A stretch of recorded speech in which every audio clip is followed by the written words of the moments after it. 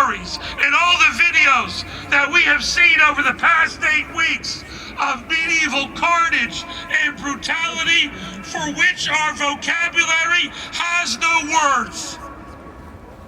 We see and we know that this violence wasn't spontaneous.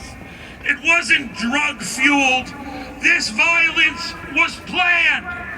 The interrogations of Hamas terrorists captured by Israel detail how they were ordered to behead children, how they were ordered to rape our daughters. This was meticulously planned, medieval, obscene carnage, and we see it for what it is. We listened, all of us heard that audio tape of that Hamas fighter calling home, filled with ecstasy and joy because he had murdered our people. How his hands were filled with our blood and his parents weeping with joy and exhilaration. We see them with clarity now. There are no illusions. You know, we have journalists here and they're all wonderful. And I'll tell you, not all journalists are. We see journalists with greater clarity. You all remember the story of the hospital. How within moments we're told a building is destroyed. 500 people are dead. And within hours we all knew the truth, even though it took days for the New York Times and others to apologize. And more than that, and I said it the first day, let's see, this is a test.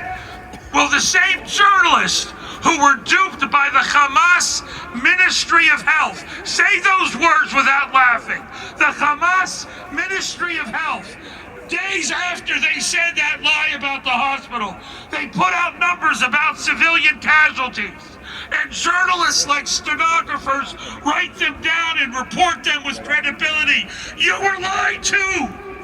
You were deceived, and you keep believing the liars. It makes no sense.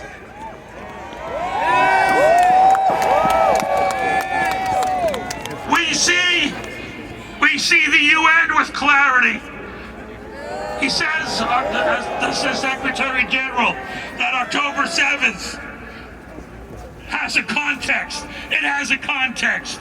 Years and years of incitement. UN women silent for 8 weeks about the rape of our daughters. We see them with clarity now.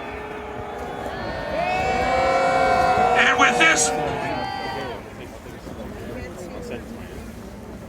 you know, in Montreal and in Toronto and in other places, our universities, and you know the story, you don't need me to repeat it, but remember one thing. When those people protest, remember something. They are protesting not just against Israel, they're protesting against Canadian values. When a University of Montreal professor shows up at Concordia University and yells at Jewish students to go back to Poland. We've been here for 300 years. Henry Nathan was elected the first Jewish parliamentarian in 1842, and he's telling us to go home?